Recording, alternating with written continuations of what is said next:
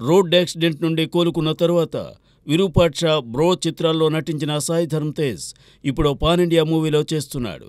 రోహిత్ కేపీని దర్శకుడిగా పరిచయం చేస్తూ హనుమాన్ నిర్మాతలు కె. నిరంజన్ రెడ్డి, చైతన్య రెడ్డి ఈ సినిమాను నిర్మిస్తున్నారు.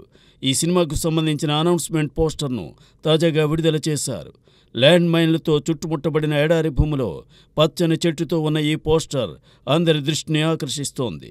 ఇదో పీరియాడికల్ యాక్షన్ డ్రామా అని గ్రాండ్ స్కేల్తో భారీ బడ్జెట్తో రూపొందిస్తున్నామని వారు తెలిపారు. ప్రస్తుతం ఈ సినిమా తొలి షెడ్యూల్ జరుగుతోంది.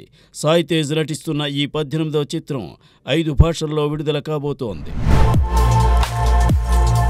వరలక్ష్మి శరత్ కుమార్ పెళ్లి నికోలాయ్ సచ్దేవ్తో జూలై 2న జరగబోతోంది.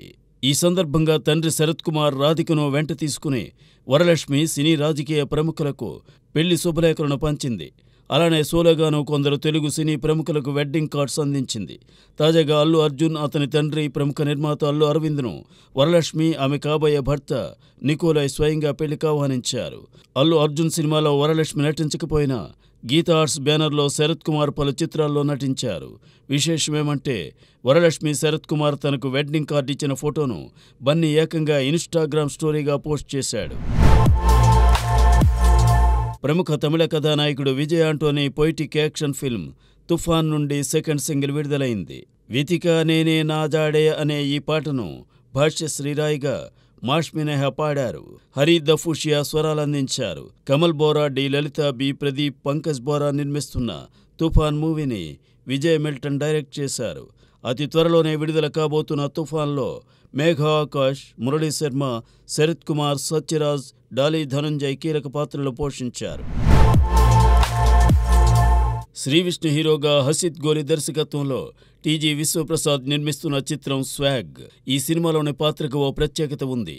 అందుకే లీడ్ క్యారెక్టర్స్కు చెందిన టీజర్స్ను విడివిడిగా ప్రత్యేకంగా విడుదల చేస్తున్నారు.